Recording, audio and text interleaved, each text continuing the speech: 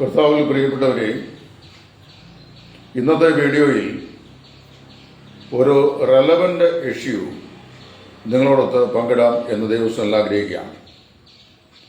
അത് മറ്റൊന്നുമല്ല, social media മാധ്യമങ്ങളിൽ കൂടിയും പത്രദ്വാരായും കഴിഞ്ഞ ദിവസം പുനലൂരടുത്ത് ഒരു സ്ഥലത്ത് ഒരു പെന്തക്കോസ്ത് വിശ്വാസി അദ്ദേഹം തൻ്റെ വീടിൻ്റെ സ്വന്തം മതിലിന്മേൽ ഒരു വേദവാക്യം എഴുതി വെച്ചു. കൊരിന്തിയ ലേഖനത്തിൽപ്പെട്ട ഒരു വാക്യമാണ്. ആ വാക്യത്തിൽ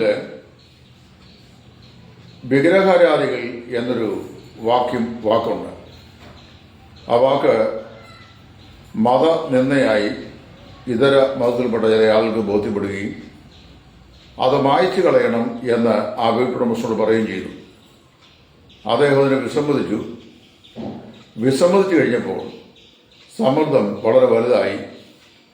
ഒടുവിൽ സ്പ്രേ പെയിന്റ് കൊണ്ട് ആ വിഗ്രഹാരാധികൾ എന്നുള്ള വാക്യഭാഗം വായിച്ചു കളയുന്നത് നമ്മൾ കണ്ടു. ഇതേ സംബന്ധിച്ച പല ചർച്ചകളും ഈ സോഷ്യൽ മീഡിയ പ്ലാറ്റ്ഫോമിലുണ്ടായി. ഞാൻ അതേക്കുറിച്ച് സൂക്ഷ്മമായി നിരീക്ഷണം ചെയ്തേ ഉള്ളൂ. പ്രത്യേകിച്ച് അഭിപ്രായങ്ങളൊന്നും പറഞ്ഞില്ല.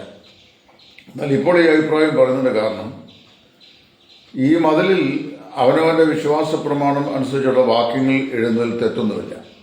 അവരുടെ പ്രോപ്പർട്ടിയാണ്. അവരുടെ പ്രോപ്പർട്ടിയിൽ അവർ ആ ബൈബിളിലെ വിശ്വാസവാക്യം എഴുതി വയ്ക്കുന്നു. അക്രൈസ്തവരായ ആളുകൾ അവരുടെ വിശ്വാസ പ്രമാണ ഗ്രന്ഥങ്ങളിൽ ഏതെങ്കിലും വചനഭാഗങ്ങൾ അല്ലെങ്കിൽ പ്രസ്താവനകൾ എഴുതിയാൽ നമുക്കാർക്കും അതുകൊണ്ട് യാതൊരു ഇടർച്ചയും ഉണ്ടാകാറില്ല. അത് അവരുടെ പ്രോപ്പർട്ടി അവർ ചെയ്യുന്നു. നമുക്കത് പ്രയാസവുമല്ല. ഇവിടെ സംഭവിക്കുന്നത് സ്വാഭാവികമായി എന്താണെന്ന് ഞാൻ പറയാം. ഈ മതിലിൽ എഴുതിയ വാക്യം ബൈബിളിലെ വാക്യം തന്നെയാണ്. അതിന് യാതൊരു തെറ്റുമില്ല. എന്നാൽ അതിൻ്റെ ലക്ഷ്യം എന്താണെന്നുള്ളതാണ് ഞാനിവിടെ പറയാൻ ആഗ്രഹിക്കുന്നത്. മതിലയിലൊരു വാക്യം എഴുതുകൊണ്ട് നാട്ടുകാർക്കാർക്കും പ്രയാസമുണ്ടെന്ന് എനിക്ക് തോന്നുന്നില്ല. കാര്യം എൻ്റെ മതിലയിൽ ഞാൻ മുമ്പ് വാക്യം എഴുതി വെച്ചിട്ടുണ്ട്.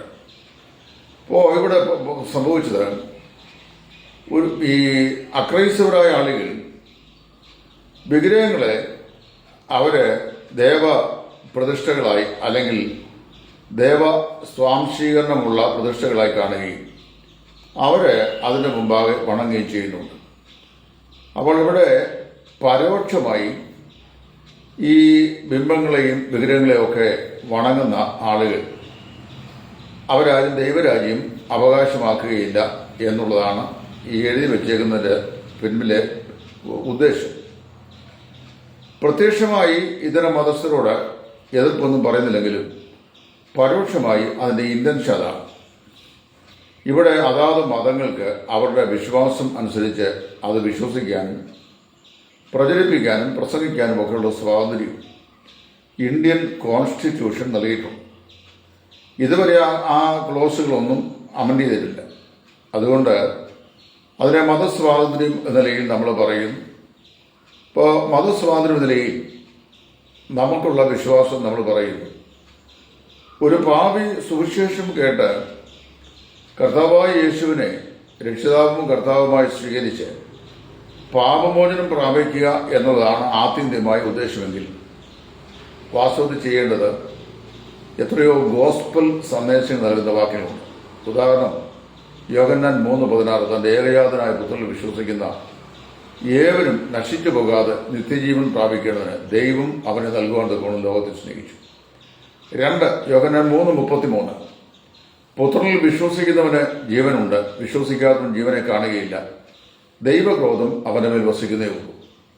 ഇനി 3 യോഹന്നാൻ 1:12 അവനെ കൈക്കൊണ്ട് അവൻ്റെ നാമത്തിൽ വിശ്വസിക്കുന്ന ഏവർക്കും ദൈവമക്കളായി തരുവാൻ അവൻ അധികാരം കൊടുത്തു. ഇനി തിമോത്തിയോസിന്റെ ലേഖനത്തിലേക്ക് വന്നു കഴിഞ്ഞാൽ 1:15 ക്രിസ്തുയേശു പാപികളെ രക്ഷിപ്പാൻ ലോകത്തിൽ വന്നു എന്നുള്ള വിശ്വാസ്യവും എല്ലാവരും അംഗീകരിപ്പാൻ യോഗ്യവുമായ വചനം തന്നെ. ഇങ്ങനെയുള്ള വചനഭാഗങ്ങൾ എഴുതി വെച്ചാൽ അതിലാരെങ്കിലും പ്രകോപിതരാകും എന്നെനിക്ക് തോന്നുന്നില്ല.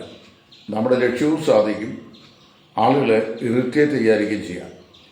ഇപ്പോൾ ഞാനിത് പറയുമ്പോൾ ചില ആളുകൾ മുമ്പോട്ട് വരും, ബൈബിളിലെ വാക്യമല്ലയോ എഴുതിയത്? അതിനാർക്കാണ് പ്രശ്നം? ബൈബിളിലെ വാക്യം എഴുതാൻ നമുക്ക് അവകാശമില്ലേ? നമുക്കത് മായ്ച്ചു കളയാൻ പറ്റുമോ എന്നൊക്കെ ചോദിക്കും. ബൈബിളിൽ ഒരുപാട് വാക്യങ്ങളുണ്ട്. ആ വാക്യങ്ങൾക്ക് എല്ലാം ഓരോ സന്ദർഭവും മറ്റുമുണ്ട്. ഇവിടെ കൊരിന്ത്യരോട് അപ്പോസ്തലൻ പറയുമ്പോൾ ദൈവരാജ്യം അവകാശമാക്കാൻ കഴിയാത്ത ആളുകളുടെ ലിസ്റ്റ് പറയുക. ഒന്നാമത് ദൈവരാജ്യം പറയുന്നത് സ്വർഗമാണെന്നുള്ളത് തെറ്റിദ്ധാരണയാണ്. അതല്ല. ദൈവത്തിൻ്റെ രാജ്യത്തെക്കുറിച്ച് ഞാൻ പണ്ട് ഒരു വീഡിയോ ചെയ്തതാണ്. റോമാലേഖനത്തിൽ അപ്പോസ്തലൻ പറയുന്നത് 13 ദൈവത്തിൻ്റെ രാജ്യം ഭക്ഷണവും പാനീയവുമല്ല, നീതിയും സമാധാനവും പരിശുദ്ധാത്മാവിൽ സന്തോഷവും അത്രേ. ഇത് അനുഭവവേദ്യമാകുന്ന ജീവിതത്തെയാണ് ദൈവരാജ്യം എന്നതുകൊണ്ട് നമ്മൾ മനസ്സിലാക്കുന്നത്. അപ്പോൾ ഇവിടെ ഞാൻ പറഞ്ഞുകൊള്ളട്ടെ ഒരു കാര്യം. നമുക്ക് സുവിശേഷ ലക്ഷ്യത്തിൽ എഴുതാൻ കൊള്ളാവുന്ന ഒരുപാട് വാക്യങ്ങളുണ്ട്.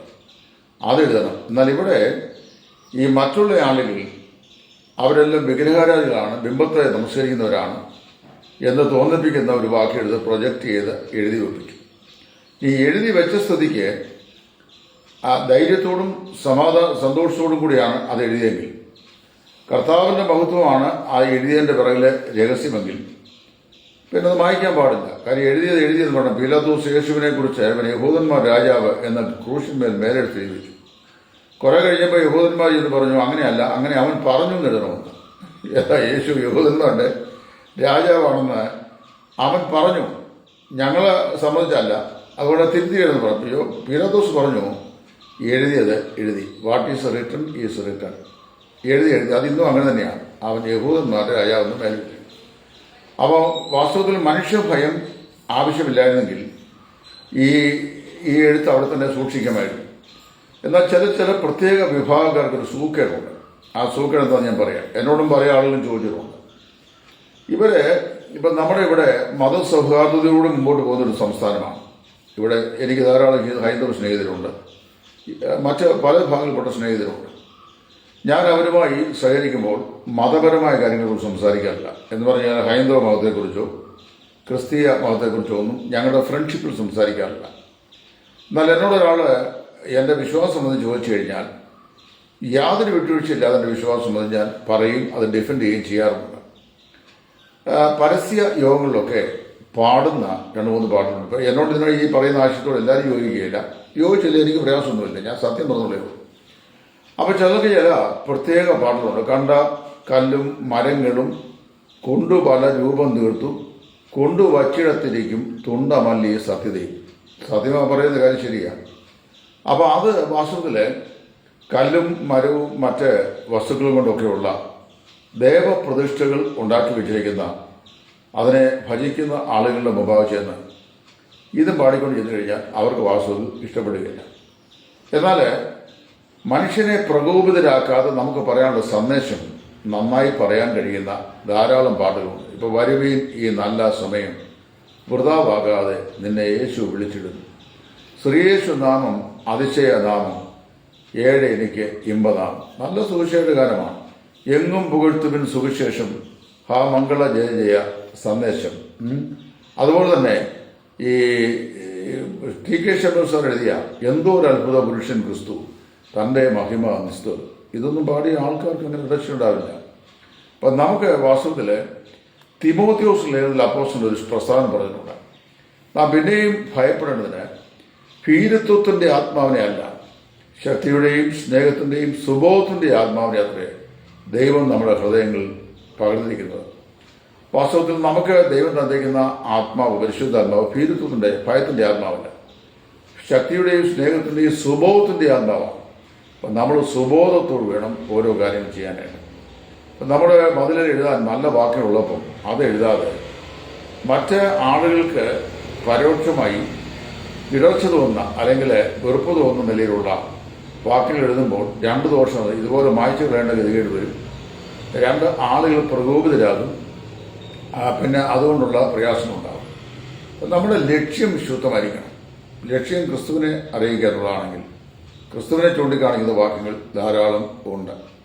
അതെഴുതുക. അപ്പം ഇത് എഴുതിയത് തെറ്റാന്ന് പറയാൻ വേണ്ടിയല്ല, ഇത് നമുക്ക് അവസരോചിതമായി പറയേണ്ട കാര്യം. ഇപ്പോൾ ഒരു ക്രൈസ്തവ സ്നേഹിതൻ നമ്മളോട് ദൈവരാജ്യത്തെ സംബന്ധിച്ചൊരു ചോദ്യം ചോദിച്ചാൽ അദ്ദേഹത്തോട് എക്സ്പ്ലെയിൻ ചെയ്യുമ്പോൾ ദൈവവചനം കൊണ്ട് നമുക്കത് പറഞ്ഞു കൊടുക്കാനായിട്ട് സാധിക്കും.